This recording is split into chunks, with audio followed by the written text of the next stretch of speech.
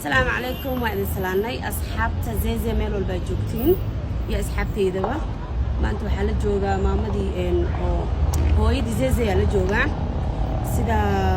يدين شيء قربوه يبقى يجرو يبقى دي أدوين زي سيدا حبنا أي حرنت هاي ويحلو حرنا هو يا أي ودينا هو كبر عن حلو حرن هو يقول يديني أشرح حولي والله من بقى إمالي ماشي بنعسى جاب إمالي الكاسو مجالسه الاستعجايات وتهاجم الكاسو دفي جاري ولا كهر محاد أحمري أنتوا نينك ناك أو قبضة أوضفن محاد أحمري كهر حرير وكذا بحرير كي كديد صح سدا إيشن صح حرير كي كديد مركاسو أنت سو هبين بري وسو عيناي وسو قراي وشيء إسكدام كله marka dambe uu imaaday gaari baa la furay gabadh lagu jiitaan iyadoo goobteeda shaqada joogto meesha shaqada joogto sax 5 buu ku jiitaa sax ilaa 8 ka qaylinaysa telefoonki ka dhumay wixii dhan ka halaabay dirci uu ku jeexay gabadhi xarbi uu la galay kii darawalkii uu la cararay sax in bedel ku istaajin lahayn ninka san yeela waa nin kala sax laba nin ay ahaayeen laba nin ay ahaayeen yaa videoga aan TikTok-na waan ku arkay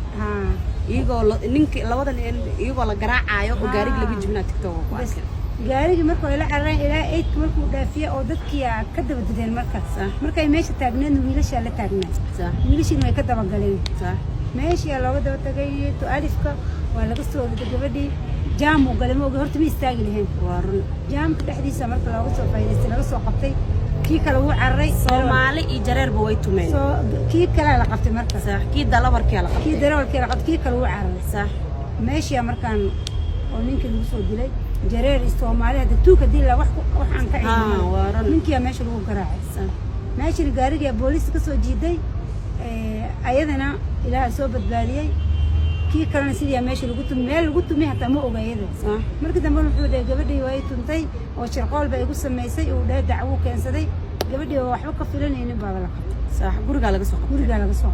gabadhaada hadda meeqa habeen banaanka inta taagnaa laga soo sax gabadhaada meeqa saddex habeen ay xiran tahay sax marka maxaad leedahay Soomaalida ma daawanayso gabadheedii hadda kootini baa la saaray kootiniga waxay dhaheen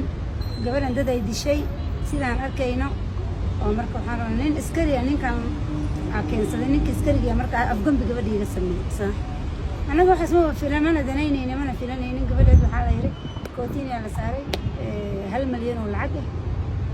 ama logbu wala rabaa sax أنا ما أولي ومساكين بناك إسكش قيس طاعها قبل إذا حالة سيدا أكتهم بأصحابي زي ولي قد بهواي ده وشقين جرتي بربريه وفدين جرتي يا بربريه وفدين جرتي ما مدنا ما محن وصل هو يلي واي ما أودو سكرة قبتها ما أودو لعقت صودن نينكي Soomaaliga ahaana maanta wuxuu xog buu u sheeganayaa lacag buu bixiyay si maaragtay gabadhaas jeelka ay u jiifto marka maamadan maanta garab ay ninkaga baahan tahay ani waligii hortiina ma soo istaagin garabna eedin ma weydiisanin laakiin maamada hooyadeena maanta gabadheeda xabsi ku jirta si xaq daran waa loo haystaa meeshan aan joognana wax walba waa lacag maamadina sida aragtiin waa maamo barbara ilmaheeda quudka uga raadsato marka insha Allah lambar wax walba inta idinku soo qoraya waxaan rajeynayaa maamadan inaan maanta caawin doontaan insha Allah oo gabadha xabsiga dhiga soo saaray saacideynaysa